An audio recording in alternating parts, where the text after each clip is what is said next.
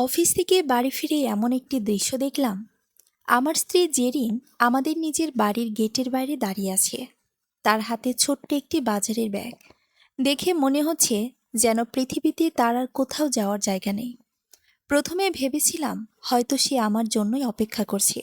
সন্ধ্যার সময় বাড়ির সামনে ছোট বাগানটায় দাঁড়িয়ে থাকতে জেরিনের খুব ভালো লাগতো, বিশেষ করে যখন ফুলগুলো ফুটে থাকতো। কিন্তু সেদিন সে ফুলের দিকে একবারও তাকাচ্ছিল না। তার দৃষ্টি স্থির ছিল তালাবদ্ধ গেটের দিকে, যেন কেউ তাকে বলে দিয়েছে এই বাড়ির ভেতরে তার আর কোনো অধিকার নেই। আমি গাড়ি থামিয়ে দ্রুত তার কাছে এগিয়ে গেলাম। জেরিন, তুমি বাইরে দাঁড়িয়েছো কেন? সে ধীরে ধীরে আমার দিকে ফিরে তাকালো। তার মুখের দিকে তাকিয়ে আমার বুকটা কেঁপে উঠল। ৩৮ বছরের সংসারে এই প্রথম আমার স্ত্রীকে এতটা অপমানিত, এতটা অসহায় দেখলাম। তার ডান হাতে একটি কাগজের বাজারের ব্যাগ, ভেতরে ১ প্যাকেট পাউরুটি, ১ প্যাকেট দুধ আর হৃদরোগের ওষুধ। কাঁধে ঝোলানো ব্যাগ, আর মুঠো করে ধরে বাড়ির চাবি। কাপা কণ্ঠে সে বলল, ইয়াসিন, রায়হান বাড়ির দরজার পাসওয়ার্ড বদলে দিয়েছে। আমার বুকের ভেতরটা যেন হঠাৎ জমে গেল। কি বলছো তুমি? সে চোখ নামিয়ে ধীরে ধীরে বলল, ও বলেছে এই বাড়ি এখন ওর। আর ও বলেছে তুমি অফিস থেকে ফেরার আগেই যেন আমি চলে যাই, কারণ আমি নাকি এতদিন ধরে ওর ভবিষ্যতের সম্পত্তির ওপর নির্ভর করে বেঁচে আছি। এক মুহূর্তের জন্য আমি কোনো কথাই বলতে পারলাম না। রায়হান আমাদের একমাত্র ছেলে, বয়স ৩২ বছর। তার স্ত্রী মেহেরিন। এ বাড়িতে এসে কোনোদিন ১ গ্লাস পানিও নিজের হাতে রান্না করে নিয়ে যায়নি। অথচ আমি আর জেরিন মারা যাওয়ার পর বাড়িটা কিভাবে সাজাবে, কোন ঘর ভেঙে নতুন করবে, এসব নিয়ে বড় বড় পরিকল্পনা করতে তার জুড়ি নেই। আমি গেটে ডিজিটাল লকের কাছে গিয়ে আগের পাসওয়ার্ডটি চাপলাম। ভুল। আবার চাপলাম। আবারও ভুল। জেরিনের চোখ ভরে উঠল জলে। সে নিচু স্বরে বলল, রায়হান আমাকে বলেছে কোনো ঝামেলা যেন না করি। আমি আলতো করে তার হাত থেকে বাজারের ব্যাগটি নিয়ে বললাম, চলো আমার সঙ্গে। সে ভীত চোখে আমার দিকে তাকালো। মিস্টার ইয়াসিন, ওর সঙ্গে ঝগড়া করো না। আমি শান্ত গলায় বললাম, আমি ঝগড়া করতে যাচ্ছি না। আমি শুধু ওকে মনে করে দিতে যাচ্ছি এই পরিবারের আসল কর্তাকে। আমরা বাড়ির গ্যারেজের পাশে দরজার দিকে এগিয়ে গেলাম। রায়হান একটা বিষয় ভুলে গিয়েছিল। এই বাড়ি আমি তৈরি করেছি যখন স্মার্ট লক বা মোবাইল অ্যাপ দিয়ে দরজার নিয়ন্ত্রণ করার কোনো ব্যবস্থা ছিল না। গ্যারেজের পাশে স্টোররুমে আমার পুরনো কাজের জুতোর ভেতরে একটি অতিরিক্ত চাবি লুকিয়ে রাখা ছিল। সেই চাবি দিয়ে অনায়াসে পাশের দরজাটি খুলে ফেললাম।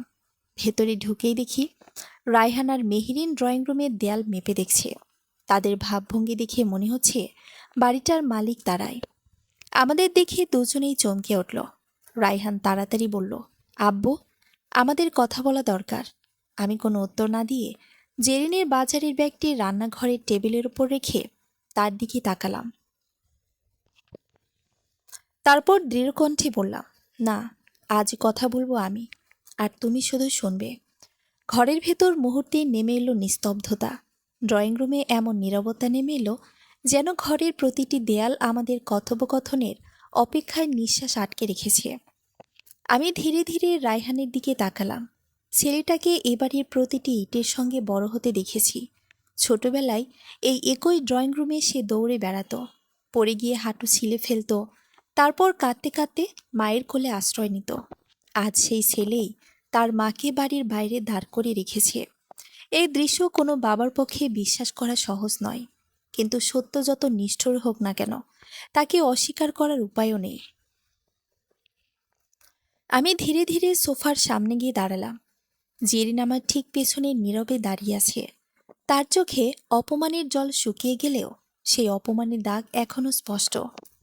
রায়হান গলা পরিষ্কার করে বলল, আব্বু, আপনি বিষয়টা ভুল বুঝছেন। আমরা আসলে আপনাদের ভালোর জন্যই। আমি হাত তুলে তাকে থামিয়ে দিলাম। আমি বলেছিলাম আজ কথা বলবো আমি, তুমি শুধু শুনবে।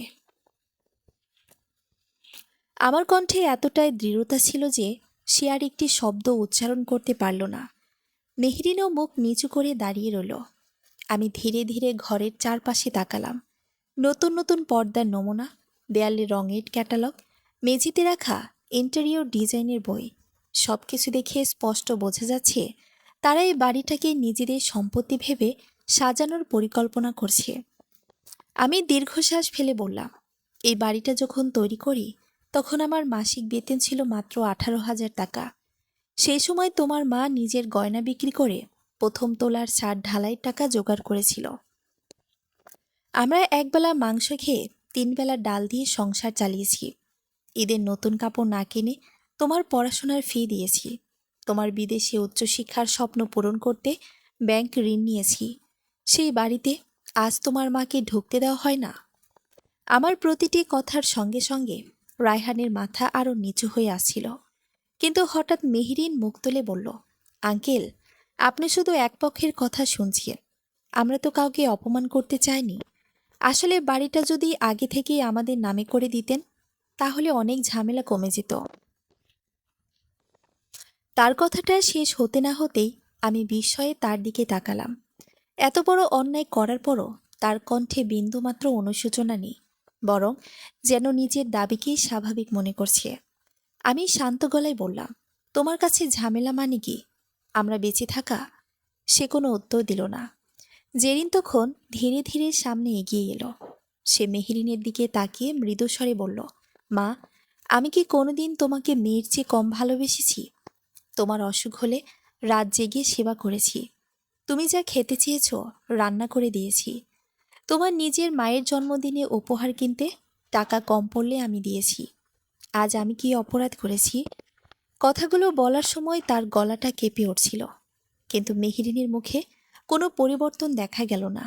সে শুধু বিরক্তির সুরে বলল, আপনি সবকিছু আবেগ দিয়ে বিচার করেন, বাস্তবতা আলাদা। আমি তখন বুঝতে পারলাম এই সমস্যার শিকড় অনেক গভীরে। এটি শুধু বাড়ির পাসওয়ার্ড বদলে দেওয়ার ঘটনা নয়, এটি এমন একটি মানসিকতা যেখানে বাবা মা আর মানুষ নন, কেবল ভবিষ্যতের সম্পত্তি রক্ষক। আমি ধীরে ধীরে রায়হানের দিকে তাকিয়ে বললাম, আমি তোমাকে একটা প্রশ্ন করব, সত্যি করে উত্তর দেবে। এবারের পাসওয়ার্ড বদলানোর সিদ্ধান্ত তোমার নাকি অন্য কারো? রায়হান কিছুক্ষণ চুপ করে থেকে বলল, সিদ্ধান্তটা আমাদের দুজনের। এই উত্তর শুনে আমার বুকের ভেতরটা আরো ভারী হয়ে গেল, কারণ এতক্ষণ পর্যন্ত আমার মনে একটুখানি আশা ছিল হয়তো ছেলেটা কারো প্রয়োজনায় এমন কাজ করেছে। কিন্তু সে নিজের মুখে স্বীকার করল সিদ্ধান্তটা তারও।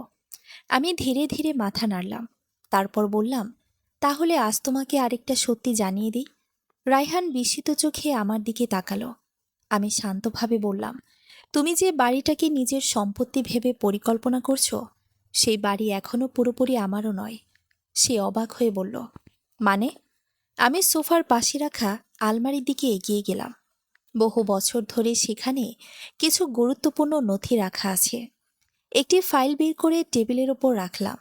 তারপর বললাম, এই কাগজগুলো দেখার অধিকার তোমরা তখনই পাবে যখন মানুষ হিসেবে বাবা মাকে সম্মান করার যোগ্যতা অর্জন করবে, সম্পত্তি লোভে নয়। ঘরের বাতাস যেন আরো ভারী হয়ে উঠল। বাইরে তখন মাগরিবের আজান ভেসে আছে। সেই সুরের মাঝেও কেউ একটি শব্দ উচ্চারণ করল না। আমি জেরিনের দিকে তাকিয়ে বললাম, চলো, আগে তুমি ওষুধ খেয়ে নাও, সারাদিন না খেয়ে আছো। জেরিন নিঃশব্দে মাথা নাড়ল। সে রান্নাঘরের দিকে চলে গেল। রায়হান তখন হঠাৎ বলল, আব্বু, আপনি কি আমাদের বাড়ি থেকে বের করে দেবেন? আমি তার দিকে তাকিয়ে ধীরে ধীরে বললাম, আজ আমি কোনো সিদ্ধান্ত নেব না, কারণ রাগে মাথায় নেওয়া সিদ্ধান্ত সবসময় সঠিক হয় না। কিন্তু একটা কথা মনে রেখো, যে ছেলে নিজের মাকে বাড়ির বাইরে দাঁড় করে রাখতে পারে সে একদিন নিজের সন্তানদের কাছ থেকেও একই ব্যবহার পেতে পারে। জীবনের সবচেয়ে কঠিন বিচার আদালত করে না, সময় করে। আর সেই বিচারের রায় কখনো ভুল হয় না। রায়হান এবার সত্যি চুপ হয়ে গেল। তার চোখে প্রথমবারের মতো অস্বস্তির ছাপ ফুটে উঠল। কিন্তু আমি জানতাম শুধু অস্বস্তি যথেষ্ট নয়, মানুষকে নিজের ভুলের গভীরতা উপলব্ধি করতে সময় লাগে। আর সেই সময় খুব কাছেই অপেক্ষা করছে। কারণ পরদিন সকালেই এমন একজন মানুষ এই বাড়িতে আসতে চলেছেন যার উপস্থিতি রায়হান আর মেহরিনের এতদিনের সব হিসাব এক মুহূর্তেই পাল্টে দেবে। পরদিন সকালটা অন্য দিনের মতো ছিল না। ভোর থেকেই বাড়ির ভেতরে এক অদ্ভুত চাপা উত্তেজনা ছড়িয়েছিল। রাতের ঘটনার পর কেউ ঠিকমতো ঘুমাতে পারেনি। জেরিন খুব ভোরে উঠে নামাজ পড়ে নীরবে রান্নাঘরে গিয়েছিল। প্রতিদিনের মতো সবার জন্য নাস্তা তৈরির অভ্যাস তার এখনও বদলায়নি। অথচ আগের দিন যে ছেলেটি তাকে নিজের বাড়ির বাইরে দাঁড় করে রেখেছিল, সেই ছেলের জন্য সে একই যত্নে পরোটা বেলে, ডিম ভেজে, চা বানিয়ে টেবিলে সাজিয়ে রাখছিল। আমি রান্নাঘরের দরজায় দাঁড়িয়ে অনেকক্ষণ স্ত্রীর দিকে তাকিয়ে রইলাম। মানুষ কতটা ভালো হলে এমন অপমানের পরও নিজের কর্তব্য পালন করতে পারে? জেরিন আমার দিকে তাকিয়ে শুধু মৃদু হেসে বলল, মানুষ বদলে গেলে কি মা বদলে যায়? আমি কোনো উত্তর দিতে পারলাম না, কারণ এই প্রশ্নের উত্তর পৃথিবীর কোনো অভিধানে নেই। একজন মা তার সন্তানের জন্য কতটা নিঃস্বার্থ হতে পারে সেটা শুধু একজন মায়ের পক্ষেই সম্ভব। কিন্তু সেই নিঃস্বার্থ ভালোবাসার মূল্য যদি অপমান হয়, তাহলে একজন বাবার নীরব থাকা অপরাধ। আমি মনে মনে আগের রাতেই একটি সিদ্ধান্ত নিয়ে ফেলেছিলাম।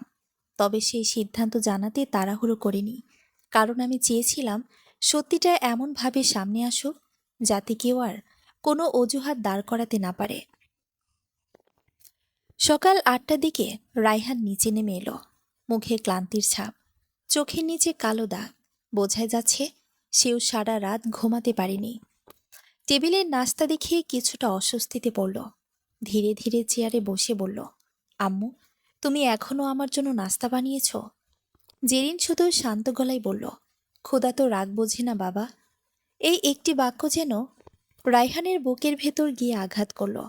সে মাথা নিচু করে বসে রইল। ঠিক তখনই ডোরবেল বেজে উঠল। আমি ঘড়ির দিকে তাকিয়ে হালকা হাসলাম। যার জন্য অপেক্ষা করছিলাম তিনি ঠিক সময়ে এসেছেন। দরজা খুলতেই দেখা গেল আমার বহু বছরের বন্ধু ও পারিবারিক আইনজীবী অ্যাডভোকেট নাসির উদ্দিন দাঁড়িয়ে আছেন। তার হাতে একটি চামড়ার ফাইল। তিনি ঘরে ঢুকে সবার দিকে তাকিয়ে পরিবেশটা বুঝে নিলেন। তারপর বললেন, মনে হচ্ছে আমি ঠিক সময়ে এসেছি। রায়হান অবাক হয়ে আমার দিকে তাকালো। আব্বু, ইনি এখানে কেন? আমি ধীরে ধীরে সোফায় বসে বললাম, আজ কিছু গুরুত্বপূর্ণ বিষয় পরিষ্কার করার জন্য। নাসির সাহেব ফাইলটা টেবিলের উপর রেখে খুব শান্তভাবে বললেন, মিস্টার ইয়াসিন আমাকে অনেক বছর আগে কিছু আইনি দায়িত্ব দিয়েছিলেন। আজ সেই নথিগুলো নিয়ে এসেছি। মেহরিনের চোখ মুহূর্তেই উজ্জ্বল হয়ে উঠল। সে মনে করল হয়তো আজ সম্পত্তি ভাগাভাগির আলোচনা হবে। সে দ্রুত রায়হানের পাশে এসে বসল। আমি তাদের মুখে সে আগ্রহ লক্ষ্য করছিলাম। মানুষ যখন সম্পদের লোভে অন্ধ হয়ে যায়, তখন তার চোখে সম্পর্কের মূল্য আর থাকে না। নাসির সাহেব ফাইল খুলে একটি দলিল বের করলেন। তারপর ধীরে ধীরে বললেন, এবারের মালিকানা সম্পর্কে আপনাদের ধারণা সম্পূর্ণ ভুল। বাড়িটি শুধু মিস্টার ইয়াসিনের নামে নয়। কথাটা শুনে রায়হান বিস্ময়ে বলল, তাহলে? আইনজীবী উত্তর দিলেন, এবারের যৌথ মালিক মিস্টার ইয়াসিন এবং তার স্ত্রী জেরিন, এবং তাদের জীবনদশায় তাদের লিখিত অনুমতি ছাড়া এবারের ১ ইঞ্চি অন্য কারো নামে হস্তান্তর করা যাবে না। মেহরিনের মুখের রং মুহূর্তেই বদলে গেল।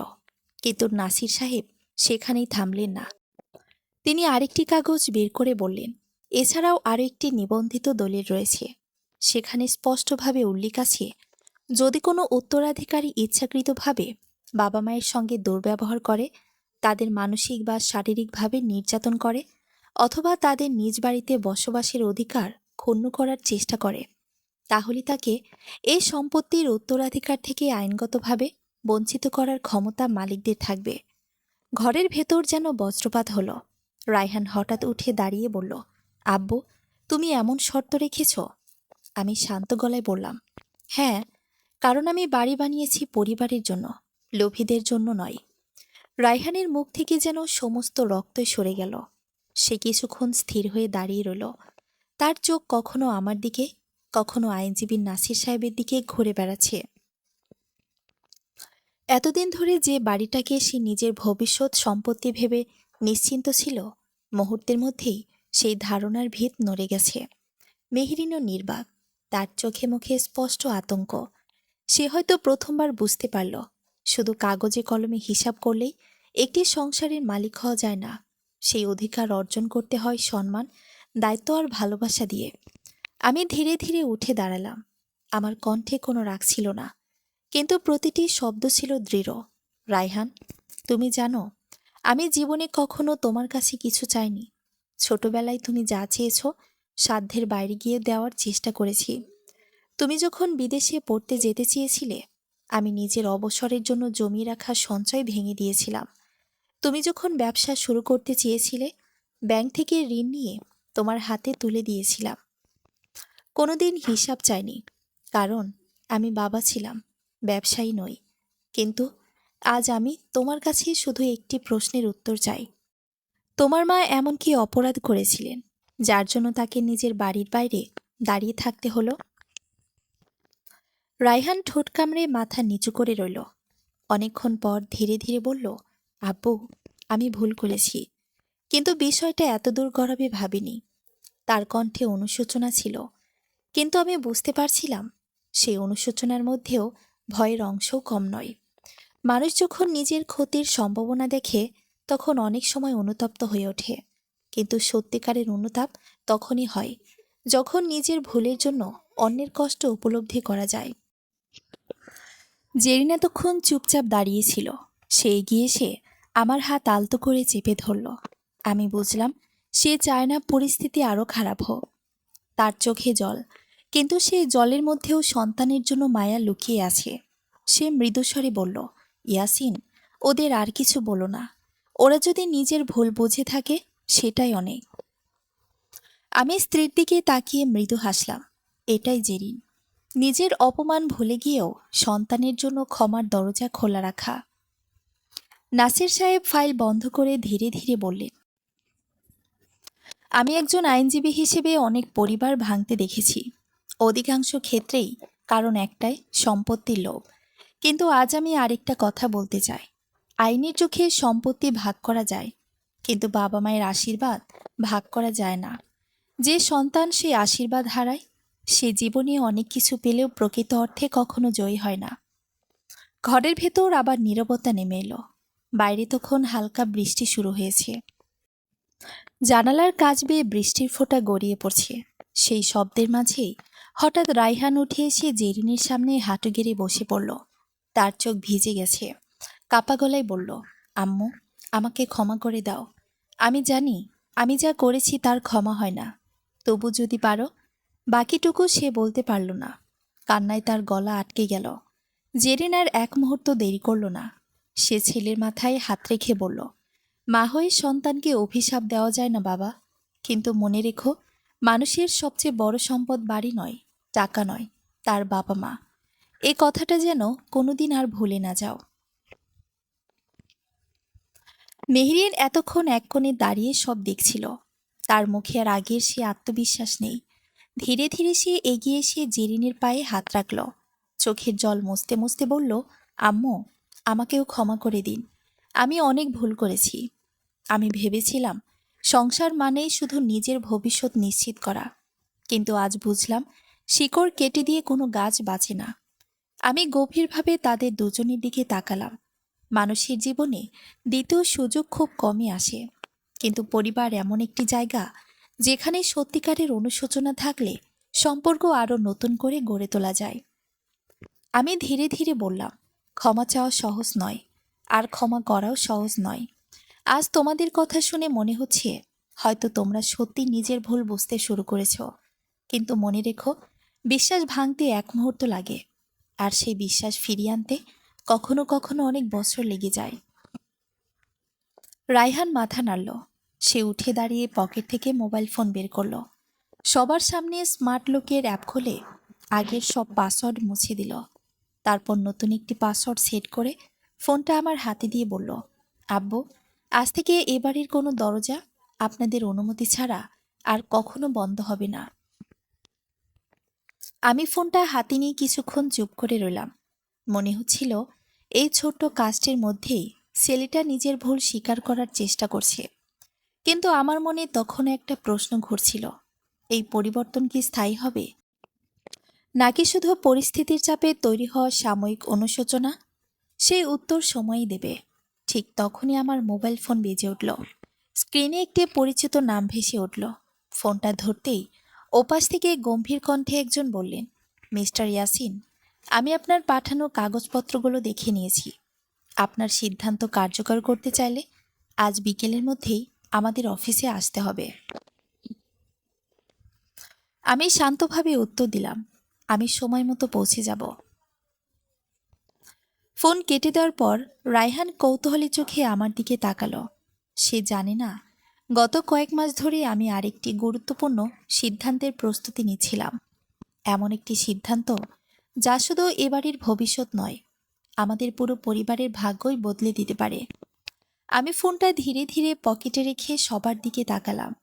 রায়হান বুঝতে পারছিল ফোনের ওপাশের মানুষটির সঙ্গে আমার কথোপকথন কোনো সাধারণ বিষয় নয়। তার চোখে আবারও সেই অস্থিরতা ফিরে এসেছে। কিছুক্ষণ আগে যে অনুশোচনার ছাপ দেখা গিয়েছিল, তার সঙ্গে এবার যুক্ত হয়েছে অজানা এক আশঙ্কা।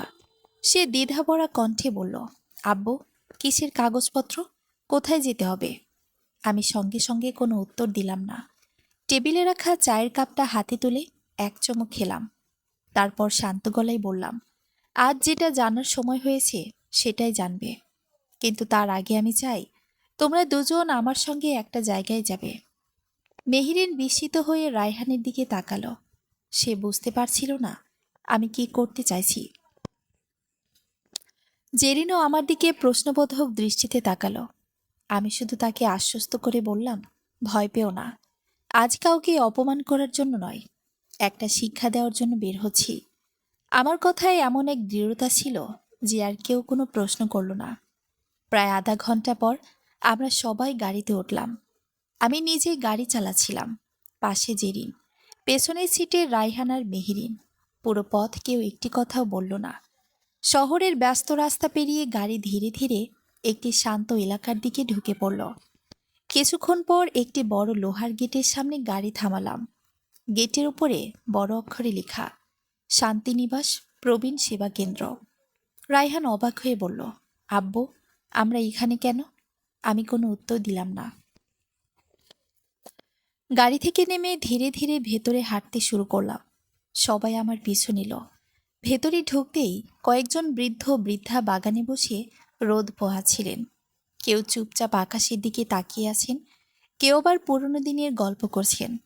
তাদের চোখে মুখে জীবনের দীর্ঘ পথ চলার ক্লান্তি স্পষ্ট, কিন্তু সবচেয়ে বেশি চোখে পড়ছিল এক ধরনের অপেক্ষা, যেন কেউ আসবে, তাদের খোঁজ নেবে। ঠিক তখনই একজন বৃদ্ধা লাঠি ঠেকিয়ে আমার দিকে এগিয়ে এলেন। মুখে হাসি ফুটে উঠল। তিনি বললেন, ইয়াসিন বাবা, অনেকদিন পর এলে।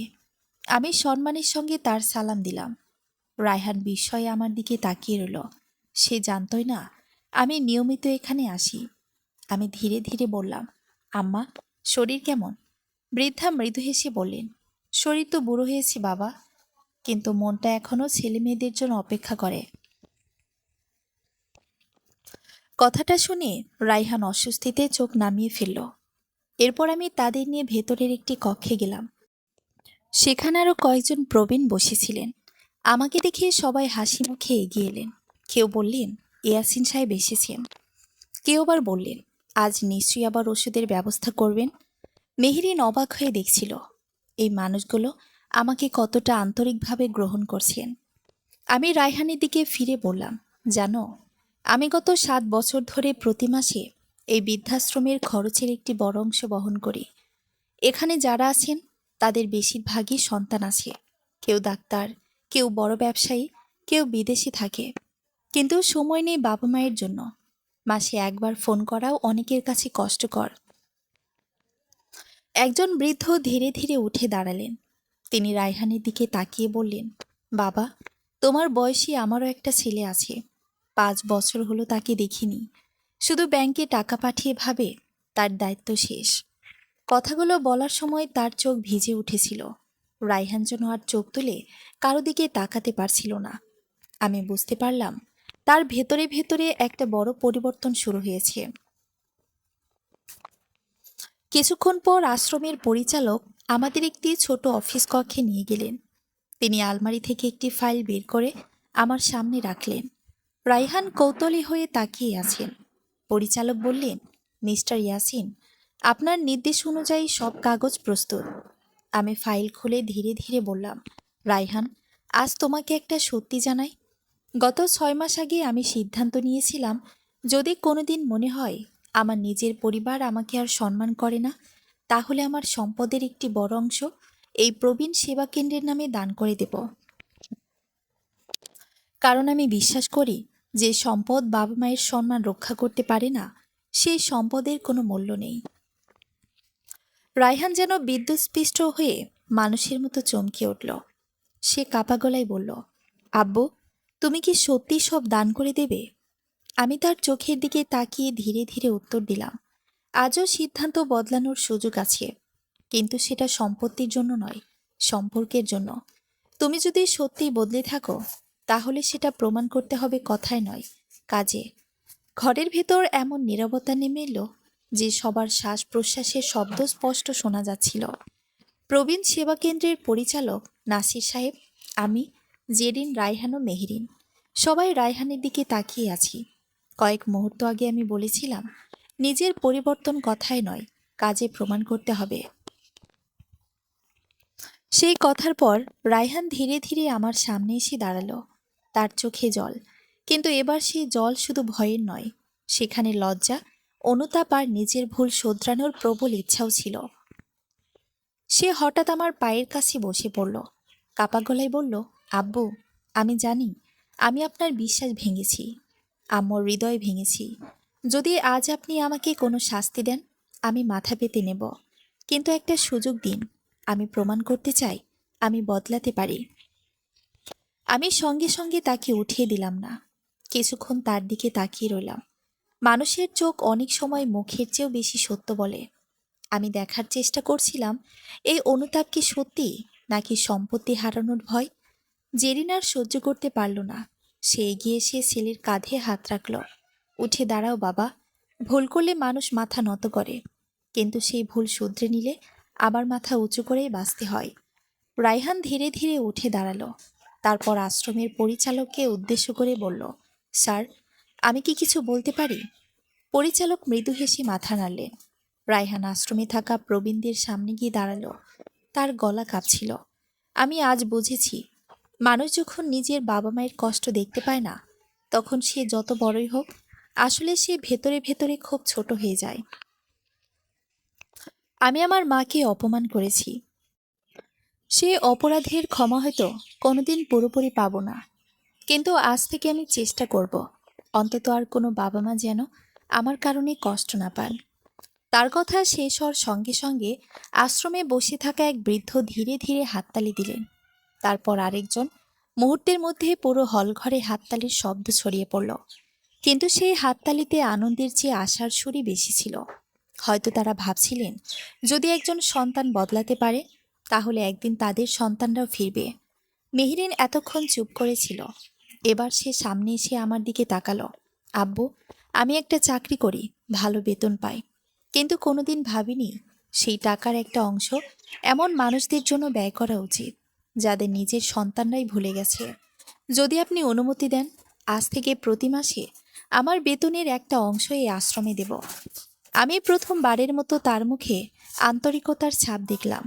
শান্ত গলায় বললাম, দান শুধু টাকা দিয়ে হয় না, সময় দিয়েও হয়। এই মানুষগুলোর সবচেয়ে বড় অভাব অর্থ নয়, আপনজনের সঙ্গ। আমার কথাটা যেন মেহরিনের হৃদয়ে গিয়ে লাগলো। সে সঙ্গে সঙ্গে বলল,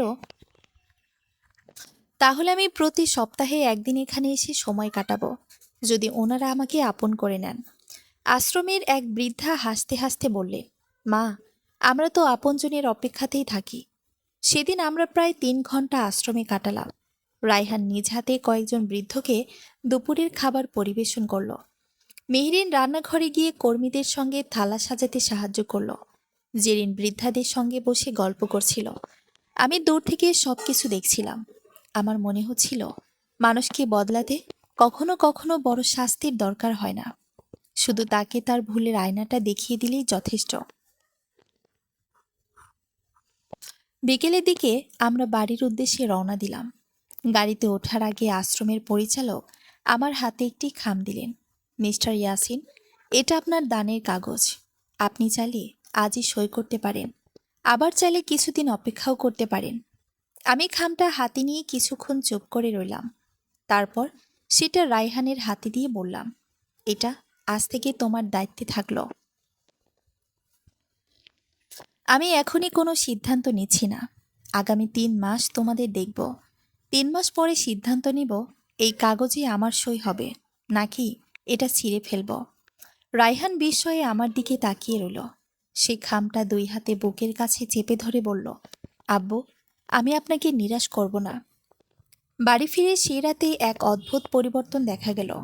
বহু বছর পর রায়হান নিজে রান্নাঘরে ঢুকে জেরিনকে বলল, আম্মু, আজ রাতের রান্না আমি করব, তুমি শুধু বসে থাকবে। জেরিন প্রথমে রাজি হচ্ছিল না, কিন্তু ছেলের জেদের কাছে শেষ পর্যন্ত হার মানল। মেহরিনও পাশে দাঁড়িয়ে সবজি কাটতে শুরু করলো। রান্নাঘর থেকে হাসির শব্দ ভেসে আসছিল, অথচ মাত্র 2 দিন আগেও এই বাড়ির দরজায় জেরিনের জন্য বন্ধ ছিল। আমি বারান্দায় দাঁড়িয়ে আকাশের দিকে তাকিয়েছিলাম। মনে হচ্ছিল দীর্ঘদিন পরে এই বাড়িটা আবার বাড়ির মতো লাগছে। কিন্তু জীবনের পরীক্ষা এত সহজে শেষ হয় না, কারণ মানুষ যখন সত্যি বদলাতে শুরু করে তখন ভাগ্যও তাকে আরেকটি কঠিন পরীক্ষার সামনে দাঁড় করায়। ঠিক সেই সময় আমার মোবাইল ফোন আবার বেজে উঠল। ফোনের ওপাশে হাসপাতাল থেকে এক নার্স উদ্বিগ্ন কণ্ঠে বললেন, মিস্টার ইয়াসিন, দয়া করে যত দ্রুত সম্ভব হাসপাতালে আসুন। আপনার স্ত্রীর কয়েকদিন আগে করা পরীক্ষার রিপোর্ট নিয়ে জরুরি কথা আছে। ফোনটা কেটে যেতেই আমার বুকের ভেতর হঠাৎ কেঁপে উঠল।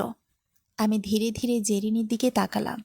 সে তখন রান্নাঘরে দাঁড়িয়ে ছেলের হাসি মুখ দেখছে, কিন্তু সে জানতো না কয়েক মুহূর্তের মধ্যেই আমাদের পরিবারের সামনে এমন একটি ঝড় আসতে চলেছে যা শুধু সম্পর্ক নয়, জীবনের মূল্য নতুন করে বুঝিয়ে দেবে। হাসপাতাল থেকে আসা ফোনটি কেটে যাওয়ার পর আমার হাত কাঁপছিল। এত বছর ধরে আমি নিজেকে সবসময় শক্ত মানুষ বলে মনে করেছি। ব্যবসায় ক্ষতি হয়েছে, আর্থিক সংকট এসেছে, প্রিয় মানুষদের হারিয়েছি, তবুও ভেঙে পড়িনি। কিন্তু জেরিনের কথা উঠলেই আমার বুকের ভেতর অদ্ভুত এক ভয় কাজ করে, কারণ এই নারী শুধু আমার স্ত্রী নন, আমার জীবনের প্রতিটি কঠিন সময়ের সবচেয়ে বড় শক্তি। আমি রান্নাঘরের দিকে তাকালাম। জেরিন তখনও হাসি মুখে রায়হানকে রান্না করতে শেখাচ্ছে। সে জানে না কয়েক মিনিট আগে আমাদের জীবনের গতিপথ বদলে দিতে পারে এমন একটি সংবাদ এসেছে। আমি নিজেকে সামলে ধীরে ধীরে রান্নাঘরে ঢুকলাম। মুখে স্বাভাবিক ভাব আনার চেষ্টা করে বললাম, জেরিন, একটু প্রস্তুত হও, আমাদের হাসপাতালে যেতে হবে। সে অবাক হয়ে আমার দিকে তাকালো। কেন, কি হয়েছে? আমি মিথ্যা বলতে চাইনি, আবার এখনই ভয়ও দেখাতে চাইনি। শুধু বললাম, কয়েকদিন আগে যে পরীক্ষাগুলো করিয়েছিলে ডাক্তার রিপোর্ট নিয়ে কথা বলতে চেয়েছেন। আমার কথা শুনেই রায়হানের মুখের হাসি মিলিয়ে গেল। সে চামচটা নামিয়ে রেখে বলল, আব্বু, আমরাও যাব। আমি আপত্তি করলাম না, কারণ এখন আর এই লড়াই শুধু আমার আর জেরিনের নয়, পুরো পরিবারের। 1 ঘন্টার মধ্যেই আমরা হাসপাতালে পৌঁছে গেলাম। ডাক্তার আরিফ হোসেন আমাদের নিজের কক্ষে বসতে বললেন। তার মুখের গম্ভীর ভাব দেখে আমার বুক ধড়ফড় করতে লাগলো। কিছুক্ষণ নীরব থাকার পর তিনি রিপোর্টগুলো টেবিলে রেখে বললেন, মিসেস জেরিনের হৃদযন্ত্রে আগের সমস্যার পাশাপাশি নতুন একটি জটিলতা ধরা পড়েছে।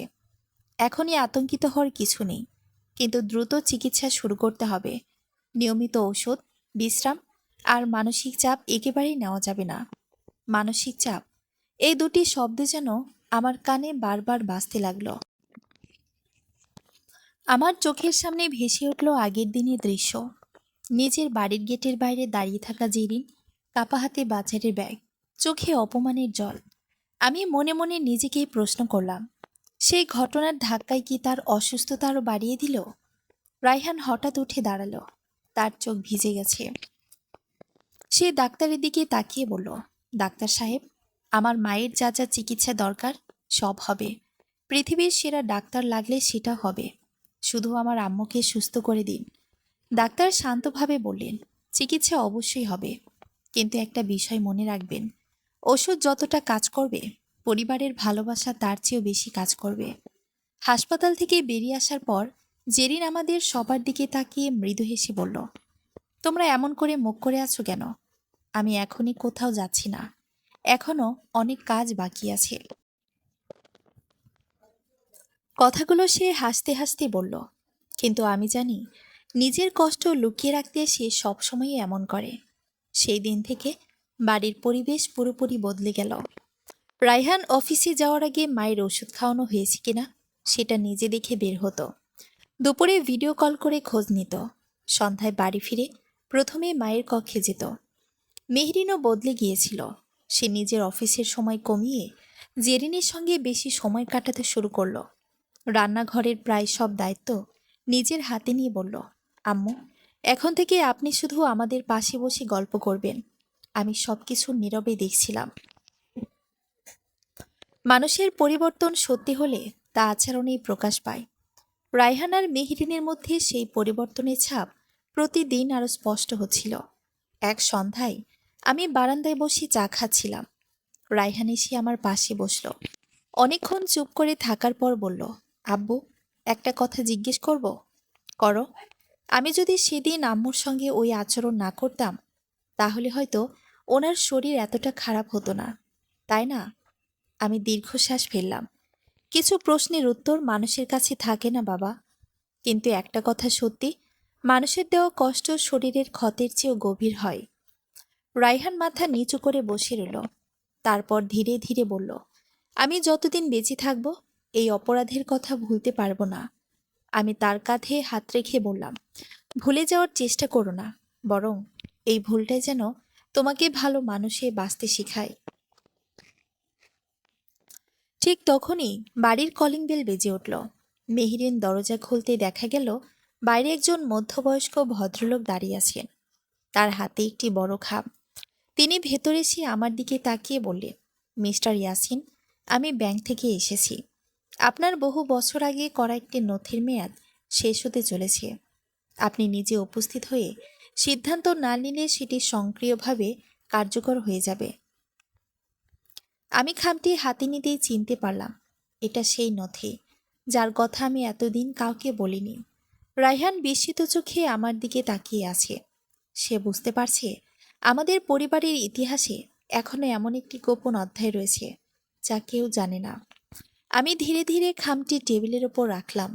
মনে হচ্ছিল বহু বছর ধরে লুকিয়ে রাখা সত্য আজ আর লুকিয়ে রাখা যাবে না, কারণ সেই নথির ভেতরে শুধু সম্পত্তির হিসাব ছিল না, ছিল এমন একটি সিদ্ধান্ত যা জানার পর রায়হান বুঝতে পারবে একজন বাবা সন্তানের ভবিষ্যতের জন্য কত দূর পর্যন্ত ভেবে রাখতে পারেন। ঘরের সবাই নিঃশব্দে টেবিলের উপর রাখা বড় খামটির দিকে তাকিয়েছিল, যেন সেই খামের ভেতরে লুকিয়ে আছে বহু বছরের অজানা ইতিহাস। রায়হানের মুখে স্পষ্ট উদ্বেগ।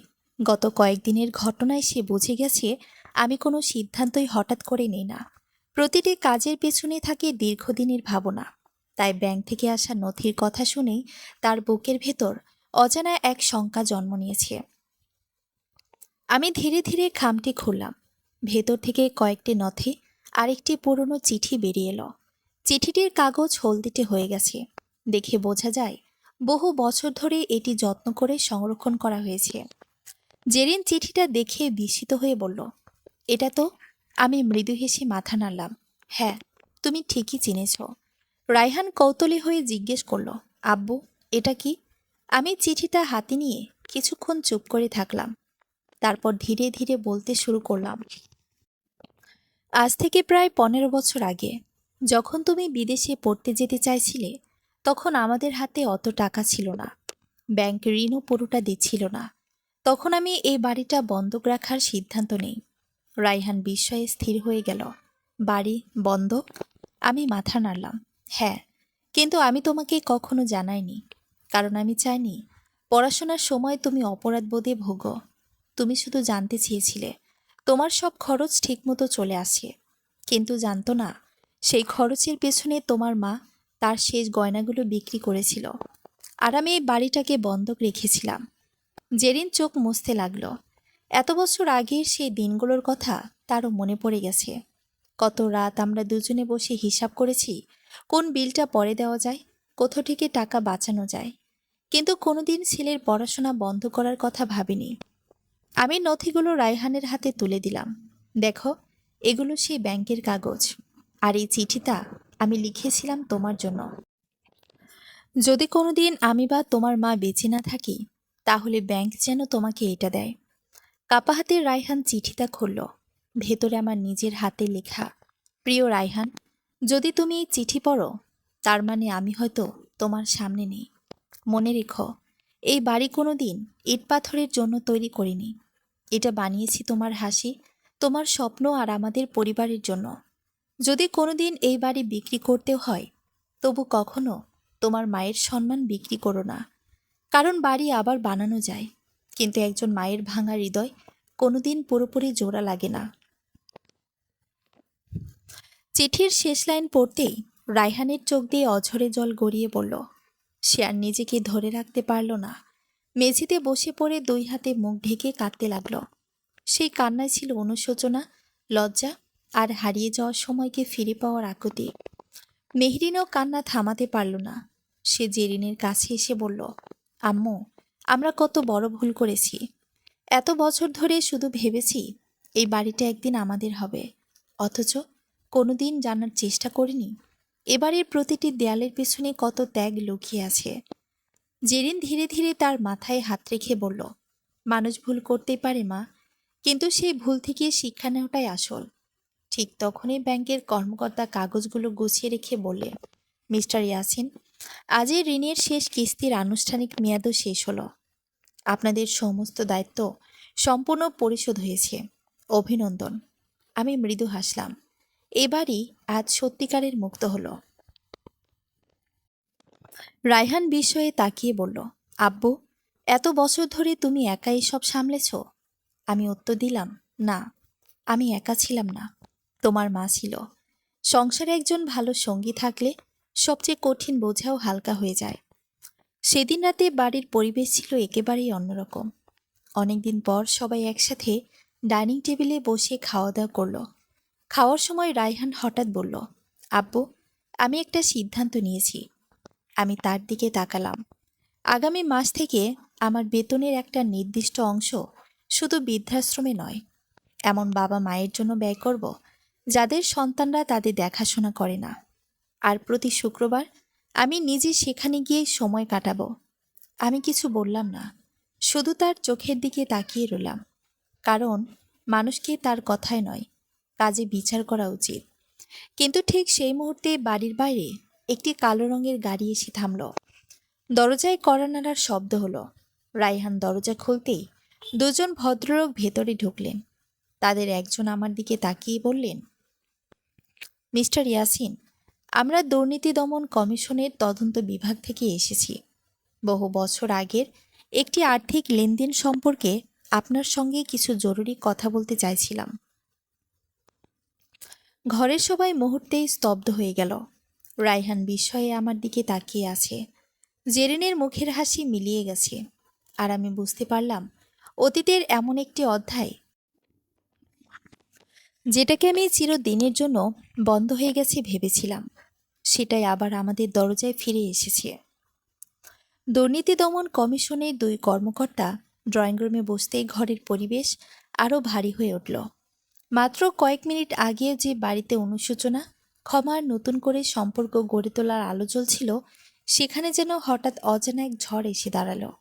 রায়হান আমার পাশে এসে দাঁড়ালো। কয়েকদিন আগেও সে নিজের ভবিষ্যতের সম্পত্তি নিয়ে ভাবছিল, আর আজ তার চোখে শুধু একটাই প্রশ্ন, তার বাবার কোনো বিপদ হয়েছে কিনা। আমি শান্ত গলায় বললাম, আপনারা বসুন, কি জানতে চান? কর্মকর্তাদের মধ্যে বয়সে বড় ভদ্রলোক একটি ফাইল খুলে আমার দিকে এগিয়ে দিলেন। প্রায় 15 বছর আগে আপনি একটি সরকারি নির্মাণ প্রকল্পের প্রধান প্রকৌশলী ছিলেন।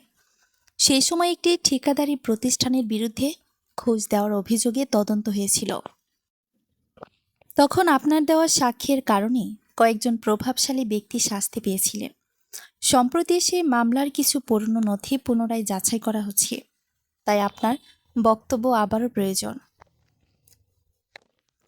রায়হান অবাক হয়ে আমার দিকে তাকিয়ে বলল, আব্বু, তুমি কোনোদিন এসব কথা আমাদের বলনি।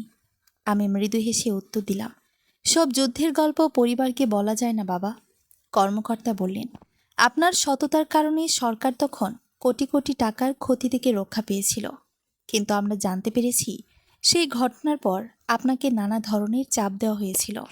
বিষয়টি এখন একটি গবেষণামূলক প্রতিবেদনের অংশ হচ্ছে। আপনার সহযোগিতা চাই। জেরিন দীর্ঘশ্বাস ফেলল। এত বছরের পুরনো স্মৃতি যেন আবার ফিরে এলো। সে ধীরে ধীরে বলল, ওই সময়টা আমাদের জীবনের সবচেয়ে কঠিন সময় ছিল। রায়হান বিস্মিত হয়ে জিজ্ঞেস করল, কি হয়েছিল আম্মু? আমি কিছুক্ষণ চুপ থেকে বলতে শুরু করলাম, তুমি তখন বিশ্ববিদ্যালয়ে ভর্তি হওয়ার প্রস্তুতি নিচ্ছিলে। একদিন এক বড় ঠিকাদার আমার অফিসে এসে একটি ব্রিফকেস টেবিলের উপর রেখে বলছিল, শুধু একটি ফাইলে সই করে দিলেই সব টাকা আমার। আমি রাজি হইনি। তারপর শুরু হয় হুমকি, ফোনে ভয় দেখানো, বদলির চেষ্টা, এমনকি বাড়ির সামনে সন্দেহজনক লোকজন ঘোরাঘুরি করত। রায়হান নিঃশ্বাস বন্ধ হয়ে শুনছিল। আমি আবার বললাম, সেই সময় তোমার মা আমাকে একটাই কথা বলেছিল, অন্যায়ের টাকায় আমাদের ছেলে বড় হবে না। দরকার হলে আমরা না খেয়ে থাকব, তবু হারাম টাকা ঘরে আনবে না। সেই কথাটাই আমাকে শক্তি দিয়েছিল। জেরিন মাথা নিচু করে বসেছিল, তার চোখ ভিজে উঠেছে। সে বলল, আমি শুধু চেয়েছিলাম আমার ছেলে যেন কোনোদিন মাথা নিচু না করে বাঁচে।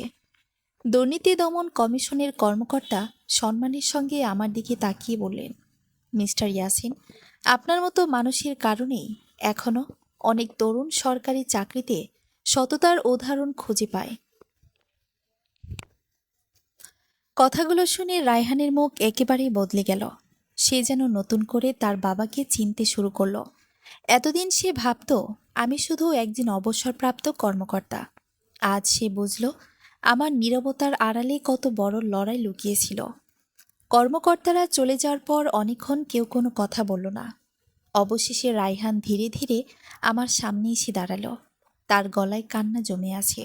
আব্বু, আমি সত্যি তোমাকে চিনতে পারিনি। যে মানুষটা কোটি টাকার লোভে মাথা নত করেনি, সেই মানুষটার সামনে দাঁড়িয়ে আমি নিজের মাকে বাড়ি থেকে বের করে দিয়েছিলাম। আমি আজ নিজের কাছেই ছোট হয়ে গেছি। আমি উঠে এসে তার কাঁধে হাত রাখলাম। মানুষের সবচেয়ে বড় শক্তি হলো নিজের ভুল বুঝতে পারা। ভুল করেছ, কিন্তু এখন তোমার সামনে সুযোগ আছে এমন জীবন গড়ার, যাতে একদিন তোমার সন্তান তোমাকে নিয়ে গর্ব করতে পারে। সে রাতে রায়হান নিজের ঘরে না গিয়ে আমার স্টাডি রুমে এলো। আলমারির ওপরে রাখা পুরনো অ্যালবামগুলো নামিয়ে একের পর এক দেখতে লাগলো। একটি ছবিতে আমি আর জেরিন অর্ধনির্মিত বাড়ির সামনে দাঁড়িয়ে আছি। আরেকটি ছবিতে ছোট রায়হান আমার কাঁধে বসে হাসছে। ছবিগুলোর দিকে তাকিয়ে সে ফিসফিস করে বলল, আমি কিভাবে এত সব ভুলে গেলাম। জেরিন দরজার বাইরে দাঁড়িয়ে ছেলের কথা শুনে চোখ মুছে ফেলল। পরদিন সকালে রায়হান অফিসে গিয়ে একটি বড় সিদ্ধান্ত নিল। সে নিজের কোম্পানির পরিচালনা পর্ষদের কাছে প্রস্তাব দিল, প্রতি বছর কোম্পানির মুনাফার একটি অংশ অসহায় প্রবীণদের চিকিৎসা ও পুনর্বাসনের জন্য ব্যয় করা হবে। সহকর্মীরা অবাক হলেও তার প্রস্তাব গুরুত্বের সঙ্গে গ্রহণ করল। সন্ধ্যায় বাড়ি ফিরে সে আমার হাতে একটি ফাইল তুলে দিল।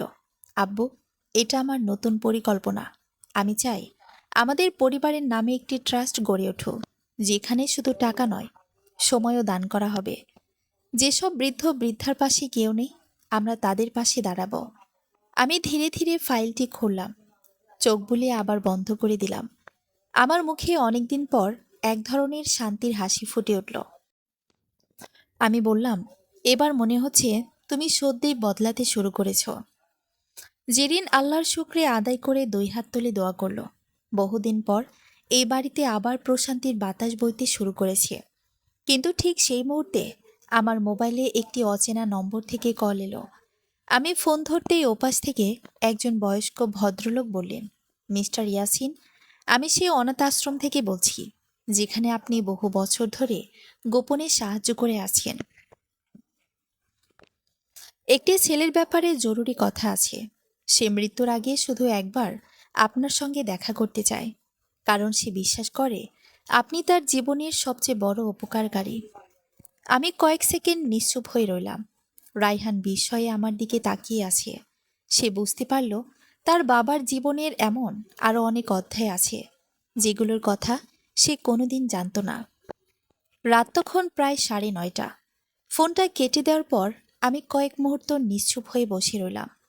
আমার মুখের পরিবর্তন দেখে জেরিন বুঝে গেল বিষয়টি সাধারণ নয়। রায়হান উদ্বিগ্ন কণ্ঠে বলল, আব্বু, কি হয়েছে? আমি ধীরে ধীরে মোবাইলটা টেবিলের ওপর রেখে বললাম, অনেক বছর ধরে আমি একটি অনাথ আশ্রমে গোপনে সাহায্য করে আসছি। সেখানকার একজন ছেলে খুব অসুস্থ। সে শেষবারের মতো আমার সঙ্গে দেখা করতে চায়। কথাটা শেষ হতেই ঘরের পরিবেশ আবারও ভারী হয়ে উঠল। এবার কেউ আমাকে একা যেতে দিতে চাইল না। জেরিন বলল, আমরা সবাই যাব। পরদিন ভোরেই আমরা অনাথ আশ্রমের উদ্দেশ্যে রওনা দিলাম। শহরের কোলাহল পেরিয়ে ছোট্ট একটি গ্রামীণ এলাকায় পৌঁছাতে প্রায় 2 ঘন্টা লাগল। আশ্রমটি খুব বড় নয়, কিন্তু চারপাশে ছিল পরিচ্ছন্নতা আর এক ধরনের শান্ত পরিবেশ। আমাদের দেখে আশ্রমের পরিচালক এগিয়ে এলেন। তিনি সম্মানের সঙ্গে বললেন, আপনি এসেছেন, এটাই আমাদের জন্য অনেক বড় ব্যাপার। ছেলেটা সারা রাত শুধু আপনার কথা বলেছে। আমাদের একটি ছোট কক্ষে নিয়ে যাওয়া হলো। বিছানায় শুয়ে থাকা ছেলেটির বয়স হবে 18-19 বছর। শরীর খুব দুর্বল, কিন্তু চোখে ছিল অদ্ভুত এক প্রশান্তি। আমাকে দেখে এসে মৃদু হাসল। কষ্ট করে হাত বাড়িয়ে বলল, চাচা, আপনি এসেছেন। আমি তার হাত ধরে পাশে বসে পড়লাম। কেমন আছো বাবা? সে ধীরে ধীরে বলল, ভালো আছি, কারণ আজ আপনাকে দেখতে পেরেছি। রায়হান অবাক হয়ে সব দেখছিল।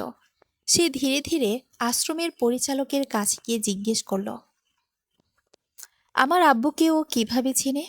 পরিচালক শান্ত গলায় বললেন, আপনার বাবা প্রায় 12 বছর ধরে এই আশ্রমের অনেক শিশুর পড়াশোনা, চিকিৎসা আর খাবারের খরচ বহন করছেন। কিন্তু তিনি সবসময় একটি শর্ত দিয়েছেন, কোনো শিশুকে যেন তার নাম না বলা হয়। তিনি চাইতেন সাহায্য যেন কখনো পরিচয়ের জন্য না হয়। রায়হান যেন নিজের কানকে বিশ্বাস করতে পারছিল না। সে ধীরে ধীরে আমার দিকে তাকালো।